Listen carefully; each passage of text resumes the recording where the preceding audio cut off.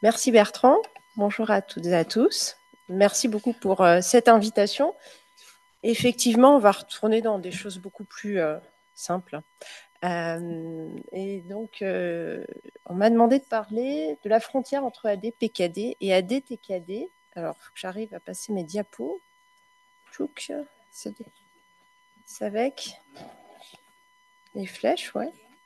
Attends, il faut que je fasse... Voilà. Hop, voilà. Et voilà.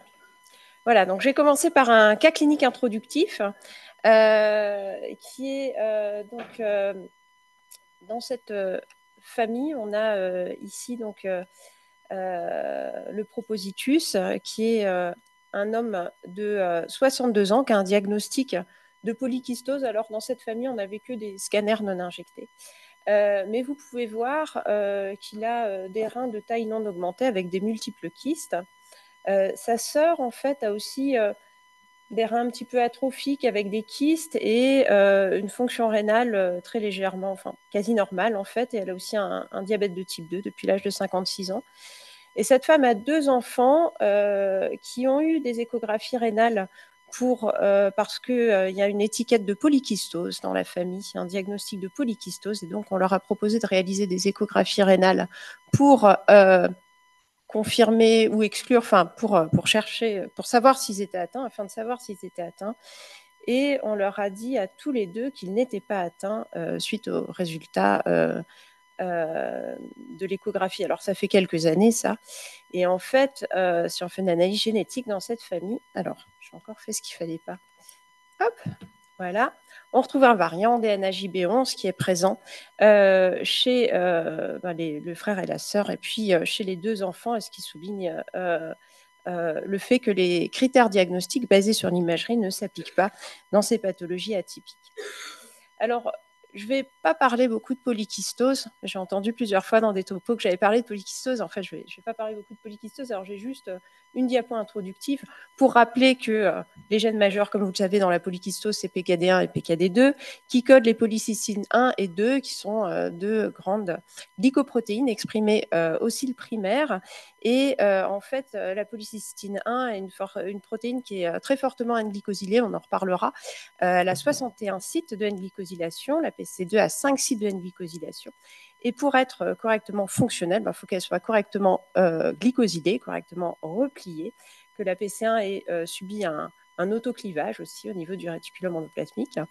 Et donc, dans les dernières années, on a appris qu'il y a un certain nombre de gènes dont les variants peuvent être associés soit à des tableaux à des PKD-like, soit à des tableaux à des TKD-like ou encore à des tableaux de polykystose hépatique isolée.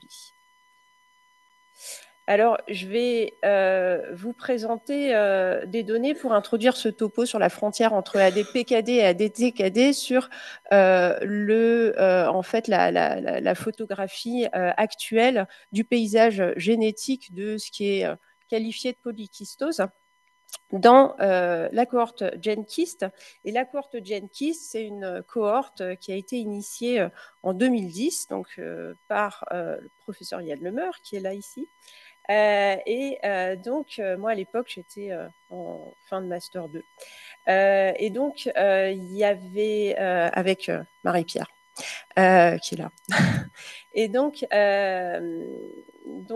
y a maintenant une trentaine de centres privés, publics, associatifs. Et le principe, c'est que tous les patients suivis dans ces centres ayant un diagnostic de polykystose se voient proposer de rentrer dans la cohorte. Et je pense que si on faisait l'actualisation des données juste là, maintenant, aujourd'hui, peut-être qu'on serait au 4 millième patient inclus aujourd'hui, je ne sais pas trop. Alors, je ne sais pas, j'ai dit quelque chose, Marie-Pierre, je vois. En tout cas, voilà le paysage génétique de la cohorte GenKIST. Donc là, on doit ces résultats au travail dans les 15 dernières années, notamment de Marie-Pierre. Et donc, les techniques d'analyse ont beaucoup évolué, évidemment, au cours de ces années. On était, il y a 15 ans maintenant, au séquençage classique de Sanger. Puis il y a eu plusieurs versions du panel qui ont progressivement qui a été mis à jour petit à petit. Et en fait, on a repris ici les données d'un peu plus de 3000, de près de 3400 participants. Et en complément du panel, quand aucun variant n'avait été identifié, un séquençage d'exomes était réalisé. On a retenu les variants de classe 4 et 5 qui étaient congruents avec la présentation clinique et radiologique et considérés comme causaux. Et donc voici ce paysage. Et donc là, c'est un travail qui est en cours par Nicolas Zagorek, qui était en mobilité l'année dernière au centre de référence, et Guillaume Buyat. Et donc, on a toujours évidemment 2 tiers de PKD1, à peu près 18% de PKD2. Et ce qui est intéressant, et ce sur quoi on va s'attarder un instant, c'est les autres gènes. Et en fait, c'est 6%. Donc, 6% des patients qui ont un diagnostic de polykystose ont en fait un variant dans un gène non PKD1, non PKD2. Et ces gènes, quels sont-ils? On peut les séparer en gènes associés au spectre des polykystoses. Et puis, on a identifié un certain nombre de phénocopies. Et donc, donc là, c'est quand on regarde à l'échelle des familles, les 6%, on a encore 11% de patients, de familles génétiquement non résolues. Puis quand on s'attarde à l'échelle des individus, on a à peu près 8% de la cohorte des individus qui sont non résolus. Donc, le focus de notre présentation ici, je ne vais pas reparler de UMOD, HNF1 bêta et de MUC1 après les fantastiques topos qu'on a eu aujourd'hui. Et donc, je vais m'attarder sur 2 gènes, ALG5 et DNAJB11, qui sont donc à la frontière ici, alors je ne sais pas si c'est à la frontière entre ADPKD et ADTKD. Alors, avant de parler de ces 2 gènes, je voudrais juste faire une présentation de la N-glycosylation, puisqu'on va en reparler à plusieurs reprises. On va parler d'un certain nombre de ces acteurs au cours de cette présentation. Ici, cette figure, c'est une schématisation du réticulum endoplasmique. Et donc, je vais encore appuyer sur le mauvais bouton. Hop, voilà. On a ici l'entrée du polypeptide dans le réticulum endoplasmique par le translocon. Et suite à cette rentrée, il va être primé par donc il va être N-glycosylé, et les groupes oligosaccharides sont préparés de façon extrêmement conservée. D'abord, donc au cours de ce qu'on appelle le cycle de Licol, d'abord sur le versant externe, puis sur le versant interne de la membrane du réticulum endoplasmique. Et une chaîne oligosaccharidique, ça comporte 3 résidus glucose, 9 mannose, 2 N-acétylglucosamine. Et ces 3 petits glucoses sont assez importants, puisqu'après, ils vont jouer un rôle essentiel dans le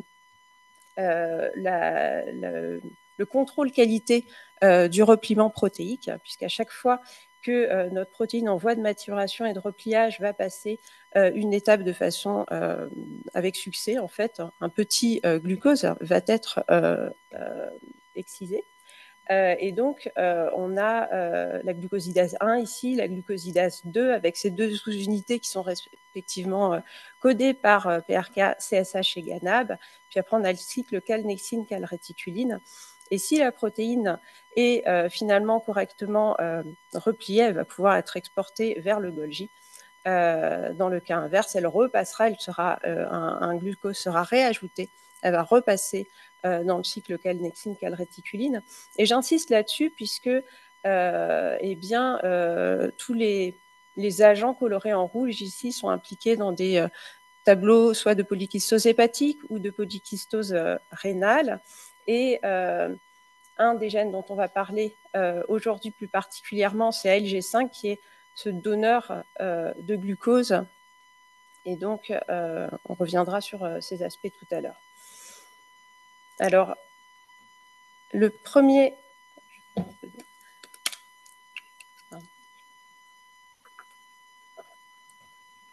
gène dont je voudrais parler, c'est DNAJB11. Donc, en fait, ça, c'est la première famille chez qui on avait mis en évidence, en fait, on avait mis en évidence un variant de DNAJB11. On s'est dit que c'était peut-être le responsable de la présentation dans cette famille. Donc, hop, alors, pardon, décidément, voilà. En fait, donc c'était quand j'étais en postdoctorat chez Peter Harris à la Mayo, et cette dame de 45 ans avait une imagerie pour une toute autre raison, qui avait conduit à l'identification de petits kystes millimétriques, qui avaient une fonction rénale extrêmement conservée. Et ce qui était intéressant, par contre, c'est que sa maman avait également des reins polykystiques, atrophiques et une insuffisance rénale chronique de stade 4 à l'âge de 78 ans. Un exome avait été réalisé dans cette famille et mettant en évidence, parmi les derniers variants candidats à l'issue des différentes étapes de filtrage, un variant dans un gène qui s'appelle DNAJB11. Alors pourquoi ça nous intéressait ? Parce que d'abord, DNAJB11, c'est le cofacteur principal de BIP, qui est la chaperone, donc vous connaissez aussi sous le nom de GRP78, et donc une des chaperones principales du réticulum endoplasmique. Et en fait, DNAJB11, il a un rôle il va favoriser l'adressage des protéines en voie de maturation dans les voies du repliement protéique. Et donc, il va les ramener à BIP et puis les faire évoluer dans les voies du repliement protéique. Et en fait, ce variant, le variant faux-sens identifié, il était au milieu d'un motif qui est extrêmement conservé, qui est en fait dans le J-domaine et qui est un motif par lequel DNAJB11 interagit avec BIP. Et de fait, effectivement, comme vous voyez ici, on pensait que le fait d'avoir une seule copie de DNAJB11 peut-être ne favorisait pas la maturation de la polycystine 1, et c'est ce qui avait pu être montré ici dans des cellules KO pour DNAJB11. On perdait la forme mature de la polycystine 1, ou du moins elle était réduite de 50%. Alors à l'époque, on était en fait, et je vais revenir sur les données cliniques juste après, mais on était marqué dans ces familles surtout par la présentation plus de fibrose interstitielle qui était assez marquée. Et on trouvait qu'on était vraiment pour le coup sur une présentation clinique qui ressemblait peut-être plus chez certains individus à une AD-TKD qu'une AD-PKD, ou du moins une forme mixte. Et à l'époque, on s'était dit que peut-être que c'était parce que de la même façon qu'il y avait une maturation peu efficace de la polycystine 1, et bien peut-être qu'il y avait également un retentissement sur la maturation et l'adressage du mode. On avait du tissu rénal chez des individus, chez 2 individus. Et en fait, quand on regardait, il nous semblait voir donc qu'il y avait en fait et on observait sur le tissu des malades par rapport à des contrôles, mais avec beaucoup de limites, bien sûr. Eh bien, on voyait qu'il y avait une rétention de HUMOD. Donc, on se disait que probablement qu'on était dans le cadre finalement d'un tableau mixte associant des kystes finalement qui seraient liés à un défaut de maturation de la PC1, et puis peut-être une partie ADT-KD plutôt liée à une rétention de HUMOD dans le réticulum endoplasmique. Bon, c'était pas vrai, mais à l'époque, on trouvait que c'était une bonne explication. On n'avait pas. Donc, je reviens sur les données cliniques et puis on reviendra après sur un peu d'informations complémentaires qu'on a pu obtenir par la suite. Donc, qu'est-ce que c'est le tableau associé à DNAJB11 ? Ce sont des patients qui en fait, évolue quand même vers l'insuffisance rénale sévère. Vous pouvez voir ici dans une cohorte, donc ça c'était une cohorte qu'on avait assemblés en collaborant avec avec un certain nombre de centres, de 77 patients pour avoir une meilleure idée de la présentation associée avec DNAJB11. Et vous pouvez voir dans cette cohorte que les patients de plus de 50 ans ont majoritairement une insuffisance rénale et l'âge médian d'insuffisance rénale terminale était de 75 ans. Dans cette petite cohorte, forcément de patients qui consultent, hein, donc c'est toujours mais quand même quelque chose, et même si les données familiales nous montraient quand même une pathologie qui est quand même avec une pénétrance qui est quand même supérieure à d'autres gènes mineurs qu'on a plus récemment identifiés. En ce qui concerne les atteintes extra-rénales, il peut y avoir des polykystoses hépatiques. Elles sont assez peu fréquentes. Là, c'était 2 cas significatifs, mais la plupart des autres individus avaient peu ou pas de kyste hépatique. Et puis, il y avait des phénotypes vasculaires rapportés dans 4 familles sur 27. Mais voilà, sans pouvoir en dire beaucoup plus et sans pouvoir affirmer un lien de façon très étayée, puisque ça reste des petites cohortes et des petits nombres de patients. La présentation en imagerie, en fait, elle est assez variable. Alors, si on fait des imageries chez des jeunes patients et même des imageries plus résolutives qu'une simple échographie, on peut retrouver peu ou pas de kystes. Et donc, il ne faut jamais baser le diagnostic des individus à risque sur des critères d'imagerie. Et puis, on avait des patients qui avaient des présentations microkystiques plus importantes, mais toujours des reins atrophiques. On avait un seul individu, ce monsieur de 80 ans, qui avait des reins de taille augmentée, mais la plupart ont des reins atrophiques multikystiques.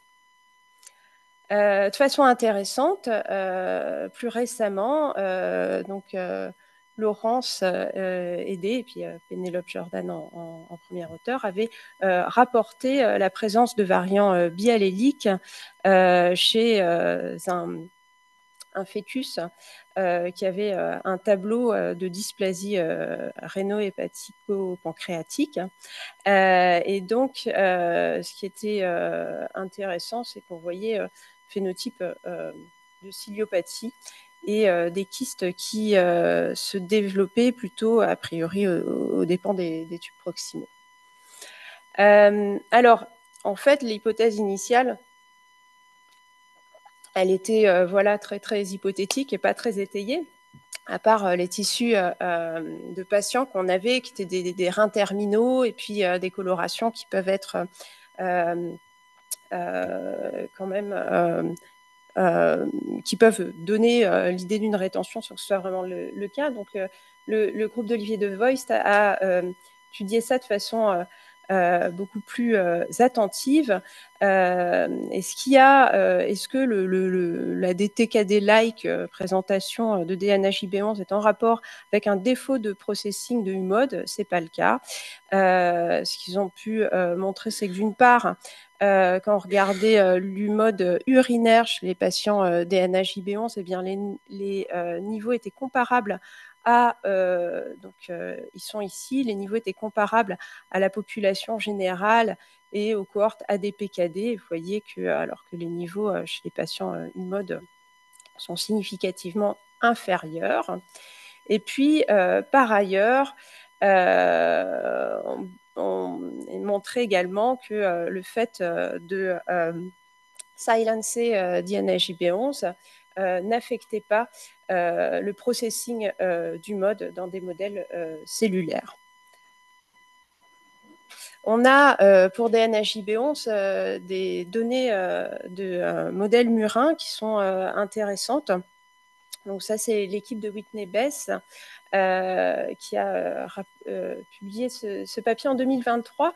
Les souris DNAJB11 KO sont viables, mais avec néanmoins une létalité embryonnaire. Donc, il y a une partie des souris KO qui sont viables, mais il y a une létalité embryonnaire qui est importante et qui n'est pas tout à fait bien comprise. En fait, elle développe un tableau de polykystose atypique qui ressemble un petit peu à ce qu'on voit chez les patients, avec un tableau de néphropathie kystique et de fibrose interstitielle importante. Ils ont également fait des KO conditionnels. Et en fait, il n'y avait pas de développement de kyste, à moins de croiser les animaux avec, en fait, qui soient en plus hétérozygotes pour PKD1. Et alors, on avait un phénotype kystique. Il faut souligner ici qu'il s'agissait, et donc l'explication, on reviendra par la suite sur l'explication, mais il s'agissait d'un chaos conditionnel essentiellement au niveau distal et des tubes collecteurs, ce qui est plus probablement l'explication. Et en fait, ce qui est intéressant aussi, c'est qu'ils ont cherché des évidences pour une activation de l'UPR dans ces modèles et n'ont pas mis en évidence d'IR stress et d'augmentation des effecteurs des 3 voies. Quel est le mécanisme de la fibrose interstitielle? On ne sait pas trop. Peut-être une réponse excessive à la formation kystique. Mais en fait, il n'y avait pas de corrélation vraiment, et on ne voit pas chez les patients non plus forcément de corrélation entre l'intensité du phénotype kystique et le développement de fibrose. Il y a eu un autre papier assez similaire, avec certains points communs, par l'équipe de Freiburg, de Michael Codgen, avec la même description chez les KO DNHIB11 d'une létalité embryonnaire. Quand on regarde les marquages, en fait, les kystes sont plutôt, se développent aux dépens du tubule proximal. Et en fait, ils ont fait pareil après une activation conditionnelle du tube distal et du collecting duct, du tube collecteur, pardon, ne retrouvant aucun phénotype, même léger, de dilatation tubulaire. Et par contre, quand elle réalisait une activation, cette fois-ci pantubulaire, vous voyez apparaître alors un phénotype kystique bien plus léger, plutôt une dilatation tubulaire, mais suggérant qu'en fait, c'était surtout, dans le modèle, le papier précédent, le problème était surtout le site d'inactivation avec les kystes de DNHIB11. En fait, ce sont des kystes d'origine proximale. Mais pas d'explication particulière pour moi. Je comprends toujours mal le phénotype de fibrose chez les patients DNHIB11. Le deuxième gène dont je voulais vous parler, c'est ALG5. ALG5, c'est un gène qu'on a identifié maintenant il y a 3 ans dans cette famille du Sud Finistère. Alors ça, c'est la première patiente que j'avais vue en consultation qui n'avait pas d'explication génétique dans les gènes connus à son tableau de polykystose. Et en fait, elle avait 3 sœurs qui avaient tout atteint l'IRT entre 60 et 70 ans. On avait fait, donc elles avaient des reins atrophiques kystiques, un petit peu comme des NHIB11. Et on avait fait de l'exome et on avait retrouvé la délétion de nucléotides dans un gène qui s'appelle ALG5. Et en fait, nous paraissait un bon candidat. On avait après élargi la ségrégation familiale et montré que tous les individus atteints étaient effectivement porteurs de ce variant, tandis que ceux qui n'avaient pas de phénotype n'étaient pas porteurs de ce variant, donc ça s'égrégeait bien. On avait encore chez certains individus, donc là c'est du rein terminal, mais chez une des sœurs, vraiment, certes une néphropathie kystique, mais essentiellement une fibrose interstitielle assez importante. On a cherché à identifier plus de cas. On a eu du mal parce que c'est rare en fait à LG5, et depuis on a identifié au total dans ce premier papier 5 familles, et depuis on a 7 familles supplémentaires, mais ça reste vraiment et encore en collaborant, donc pas forcément cette famille, il me semble, identifiée à Brest. Donc ça reste quelque chose de très rare. Mais on avait identifié à la fois en plusieurs cohortes, à des PKD, à des TKD, et puis en passant par les 100 000 génomes, 5 familles. Et donc les patients avaient une présentation assez similaire de reins atrophique multikystique, comme vous voyez chez ce frère et cette sœur, et dans cette famille. Des âges d'IRT assez tardifs, 91 ans, 90 ans. Là, une dame à 85 ans qui a un DFG à 20 et sa sœur qui a atteint l'IRT à 78 ans. Donc, une maladie kystique atrophique de la personne âgée. Donc, ALG5, je vous ai dit, c'est un donneur de glucose. Il a un rôle important, très important dans la préparation de cette chaîne oligosaccharidique. Et en fait, on a voulu mieux comprendre en quelle mesure la perte d'une copie d'ALG5, ça pouvait entraîner un défaut de glycosylation. Et on a travaillé pour ça avec François Fouquier, qui est un glycobiologiste de Lille. Au début, François disait c'est pas possible votre histoire parce que les pathologies de la glycosylation, il faut qu'il y ait deux copies qui soient voilà, tant qu'on a une copie, eh bien tout va bien. Donc on avait fait des cellules donc KO et hétérozygotes ALG5, c'était des cellules RCTI. Et il a utilisé donc le radiolabeling suivi d'HPLC pour caractériser le profil de glycosylation de ces cellules. Donc là, ce qu'on regarde, c'est les LLO, donc c'est avant que ce soit transféré sur les résidus asparagines. Et ce qu'on peut voir, c'est qu'il y avait en fait normalement, en fait, on devrait voir cette forme-là terminale. On ne la voyait pas, on voyait une accumulation de formes immature en fait, et on ne voyait pas la forme mature. Et puis après, quand on regarde les NLO, alors là, on est obligé d'utiliser aussi de la castanospermine, c'est pour bloquer la glucosidase 1 de façon à révéler ce qui a été transféré sur les protéines. Et là encore, on voyait un profil tout à fait pathologique avec une accumulation de formes immatures, y compris dans les clones hétérozygotes. Donc François était tout à fait surpris et donc c'est une pathologie de la glycosylation qui se révèle même avec la perte d'une seule copie, parce que c'est les cellules RCT, les cellules rénales épithéliales qui sont plus, où le processing est plus important et donc qui sont plus sensibles à la ploinsuffisance. On a pu montrer, donc là c'est Hugo Lemoine et Loane Rowe, donc Hugo Lemoine qui était en thèse, toujours en thèse d'ailleurs. Et donc, en fait, ce qu'on a pu montrer, c'est que dans les clones KO ALG5, donc on n'a plus la forme mature PC1 et puis on a une diminution nette dans les clones hétérozygotes. Et en fait, quand on transfectait des plasmides wild type, on récupérait le profil de glycosylation normal, ce qui n'était pas le cas avec les variants faux sens identifiés chez les patients. On montrait également qu'il y avait un défaut d'expression membranaire de la PC1 ici. Et on ne retrouvait pas le complexe PC1, PC2 au niveau du cil. Je vais passer là-dessus. Et je finirai donc par dire qu'on a donc une présentation clinique commune dans ces deux pathologies, que le développement de reins polykystiques atrophiques, d'une insuffisance rénale tardive. Je pense qu'on a bien compris ce qui est responsable du développement du phénotype kystique. Il y a une perte, il y a une altération de la maturation de la PC1 et de sa localisation. Et donc, voilà. Ce qu'on a moins bien compris, à mon sens, c'est ce qui sous-tend le développement de la fibrose. Il n'y a pas d'évidence pour une activation du PR dans les différents modèles disponibles. Alors, on n'a pas beaucoup de modèles, à part les modèles cellulaires. Dans LG5, on avait regardé, on avait retrouvé une activation de l'UPR sur les 3 branches au niveau des transcrits, mais pas au niveau protéique.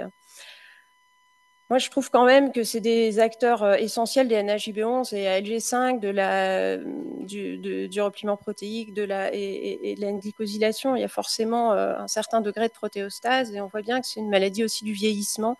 Et je ne sais pas si l'augmentation en fait, de la charge en protéines mal repliées au cours du vieillissement est responsable de ce vieillissement rénal accéléré et puis du développement de cette fibrose. Mais je pense que pas éclairci en tout cas le côté ADT-KD-like de ces pathologies à mon sens. Et je finirai par remercier l'ensemble des collègues et collaborateurs. Je vous remercie pour votre attention et puis je serai heureuse de répondre à vos questions.